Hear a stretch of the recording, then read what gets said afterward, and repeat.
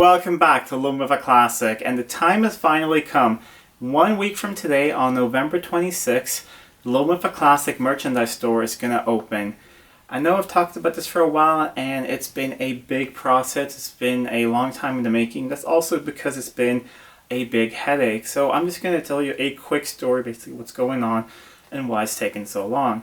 So I built a website, and everything was working perfectly, and I tried it out in the late summer. I had a few friends around the world just try and order things, and everything worked perfectly. And right when I was about to launch it with you guys, I had a meeting with my accountant, because I have a small company for this YouTube channel and my small business here. I do work for customer cars sometimes. So I told him that I just wanted to add this sort of web shop to the company as well, and just have that as one thing in taxes, because of course you want to pay your taxes and do the right thing. And it ended up being that the country that I live in, Sweden, the tax laws, especially for international sale online, are very, very dated. So it means that I would have to, if I ran my own website the way I wanted it to, I would have to register for taxes first in the country where the products were made.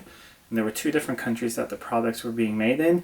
I would also have to register for sales taxes in every single country I would sell products to. So this would end up being quite expensive and a big hassle, and that's not really what my idea was. My idea was to be able to provide some fun shirts for you guys, the viewers and subscribers, some other things as well that you'll see in a little bit, and just to, have fun with it. That's all this is.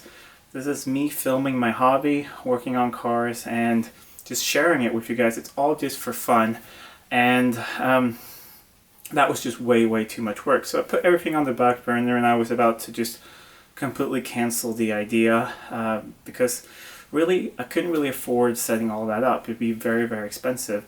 Then I started doing some research, and I found another site that I used, which ended up being Teespring, which a lot of YouTubers use.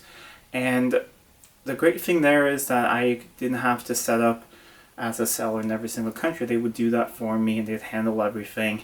I did have a little bit less choices of things I could do. However, it's ended up working out really well, I think. So this is one of the products available. This is a t-shirt, a Living with a Classic t-shirt. It will be available in 7 different colors to start out with this logo. I've had this t-shirt for a while now and worn it a lot and washed it a lot, and I'm really happy with the quality. The print is still crystal clear. I was a little shocked when I got them first, because there seemed to be a little bit of marks on them, but then I read the instructions that you're supposed to wash them once before you wear them. So after washing it once, it turned out like this, and it looks absolutely great. I'm very happy with it. There will also be hoodies available with the exact same logo, also available in 7 colors. They're not the exact same colors, but also 7 really nice colors I've picked out. So that will be available at launch. One more thing that will be available at launch that you might have seen in the background of some videos for a while, and also if you follow me on Instagram, you've seen it on there, is this coffee or tea mug with the Living with a Classic logo on it. I've been using this every single day since I got it, just because I want to stress test it and make sure that it's a good product. I'm running dishwasher probably about 20 times so far, and there's no hint of the logo going off. I've also stirred pretty hard in it with a spoon, and they get no marks or nothing. So really happy with this product. And that's also a thing, I only want to offer things I think actually are nice products. So I always order samples of anything that will be on the site and try it out for a month or so, just to make sure that I really like them. So as you might have seen by the title, there's going to be a competition for the store opening. We'll talk about that a little bit later in the video, but I thought let's just not make this only a talking video where I sit and talk in front of the camera. I know you guys want to see some of the cars. So we'll have a look at the 2 cars behind me right here. The Daimler XJ40, which I'm working on right now. There's a couple of videos coming up on that, so I'll kind of give you a sneak peek of what that's going to be about. And we can have a quick look at the S-Type V8 as well. After shuffling all the cars around, I still have a little bit left to do with moving all the tools and stuff around that were in the other workshop into here. That's why these 2 tool cabinets are here, and things are a little bit of a mess at the moment. I removed some shelves as well, so I'm still working on that. That's why things are a little bit tighter than usual in the workshop. But as you can see, the Daimler is up on jack stands. That's because I'm doing 2 different jobs on it at the moment, which will possibly turn into 3. And of course, I'm filming it all for you guys, so that's why it takes a little bit of time. And 1 or at least 2 of the jobs are a little annoying. So, quick update. If you remember correctly, it broke down on the highway. It just quit. I got towed home. Ended up being the crank position sensor. Fixed that, and then it ran great. And I drove it for a bit, but already after like the first or second drive, the check engine light comes back, sometimes intermittent, but it doesn't misfire or anything. So basically what happens is it'll be running, idling fine, and then it will sort of start to bog down a little bit. Check engine light will come on, the revs will come up, and it will run cleanly. So it seems to be that the second issue I had was the oxygen sensor. The O2 sensor here is a new one. So I'm in the process of getting the old one out of there to replace this one. So what I'm basically, so far it seems to what happened is that this one gives a false reading to the computer. The car runs a little rough. The computer decides to ignore this, puts the check engine light on, and then it runs well again. So that's basically what happens. So the car is not actually inspected at this moment, or the MOT inspection has run out. That's why I haven't driven it for a bit, because I've waited on the parts for this to replace that. And also there are a few more issues I want to sort before getting inspected, because it costs a bit of money to get a car inspected here, about $50 or $60. So if you fail, you have to pay that again, and well, it's just a waste of money, because it does have a massive leak as well, which I think I can show you guys. So you can already see the puddle there, but before we have a look at that, these cars were a little bit different. They were quite sophisticated for their time. They had self-leveling rear suspension, hydraulic self-leveling rear suspension. So a pump on the front of the engine drives that whole system, and they have a common reservoir fluid that's shared with the power steering pump. So there's one power steering pump, and then there's a second pump for the rest of the hydraulics.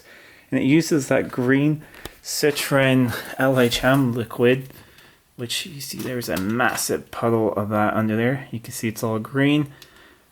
And basically that pump has a pretty bad leak on this car. It only really leaks when it sits. It's gotten worse now in the last month or so. I have planned on removing the pump all along. I've gotten the parts to remove it. It's just it's going to be a little bit of a job, and also it's been leaking for years, so the underside of the engine looks terrible. I'll show you in a bit. It's all oily up front. It's all from this pump. Otherwise, this car doesn't leak any oil or anything else. It's just from that pump. But the system has actually been deactivated on this car, which is really common. They've converted it to regular shocks in the back and then just removed the system and crimped off the lines. And that's not really that great. Actually, it's a common thing to do. However, I think it's better if you remove the pump as well, because now the pump is running all the time, creating pressure. Going back there has the possibility of blowing a line out. And if that happens, you will lose, on these later cars, you will lose power steering as well.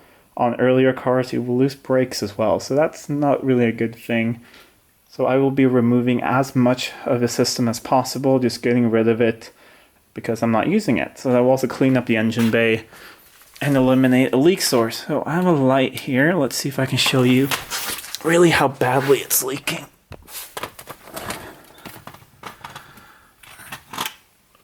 Can you see all the green fluid over there, especially on the belt for the AC compressor? And the AC compressor is completely covered in all this gunk as well.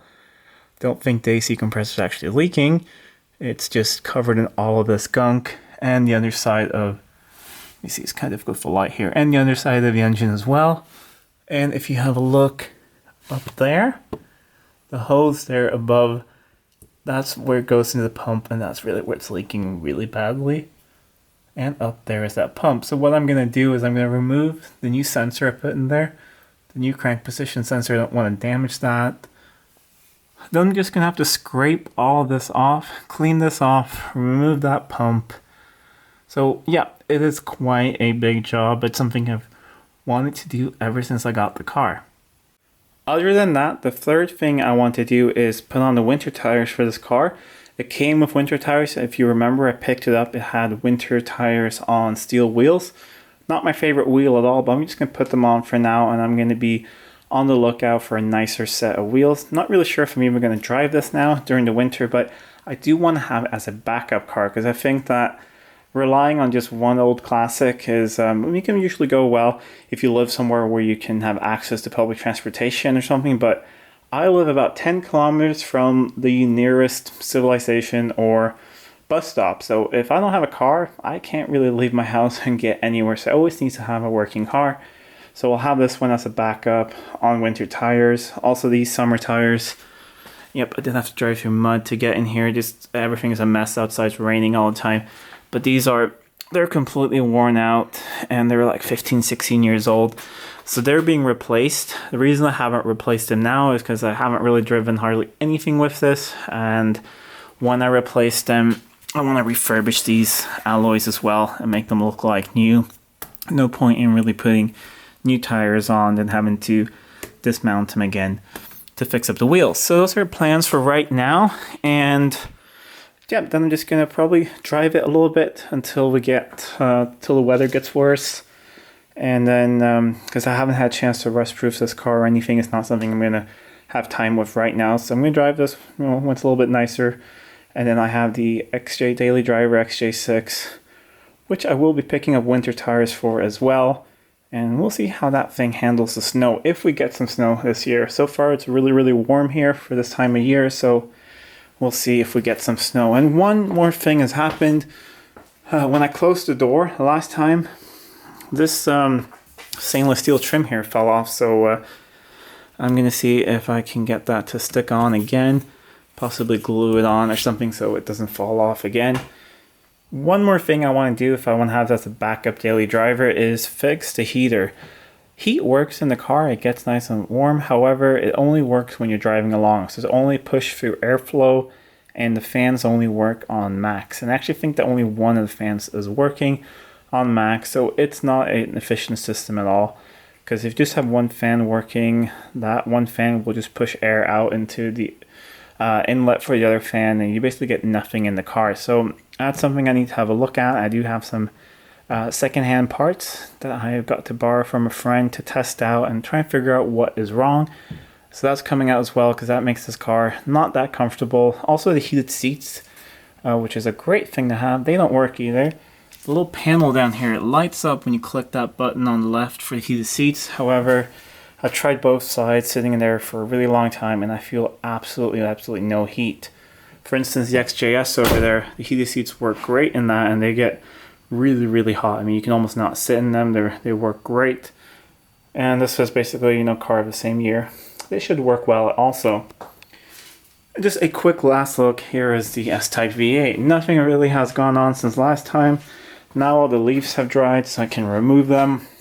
It was all stuck down there, so I have just basically sprayed down everything with penetrating fluid that I think I have to loosen, so everything should be really, hopefully, easy to get off. I will be removing some extra things as well that are not mentioned in the manual, just because I don't want to damage things. I will remove extra things up here and plastic components that I really don't want to break. I'll just remove them instead, put them away safely, and yeah, that's what's going on at the moment in the workshop. Let's head on over to the sofa and let's talk about that competition. Now on to the competition. So the big prize is you can get a Living with a Classic t-shirt in any color that you want, and of course any size you want, delivered to you absolutely for free. So what we have to do to win the competition? Well, it's quite simple. All you need to do is be subscribed to the channel, like this video, and leave a comment down below on what was your favorite episode throughout this year. So 2020 so far, what's been your favorite episode here on the channel? It can be any one of them. So pick which one you want. Then in a week from today, on Thursday morning, I'm going to use an app to randomly pick one of the comments, and that winner I will contact, and that person will win a shirt. They will also win that I will do an extra episode around Christmas time on the topic that was in that video. So you'll sort of get a second part to your favorite video on the channel. So it's really quite simple to win. So just put a comment down below on what your favorite episode was. And it's been an amazing year so far. I'm really happy for everyone who watches and comments and subscribe. I do my best to answer all the comments. It's a lot of comments, but I definitely read all of them and I try to answer as many of them as I can. And so far this year, this channel has grown by about 7,500 subscribers, which, I mean, that's just amazing. And I can really hardly believe. So at this time last year, the channel was, I believe, under 1,000 or really near to 1,000. And now it's really close to around 8,000 or even a little bit more than that. So thank you so much for everyone who watches and who likes and subscribes and comments. It really means a lot. So if you like this video, please give it a thumbs up, share it with your friends. If you're not already subscribed, please subscribe to the channel. It really means a lot. And don't forget to leave a comment down below on what your favorite episode has been throughout this year to win one of these shirts. And until next time, I'm Adam. This was Living with a Classic. I'll see you soon.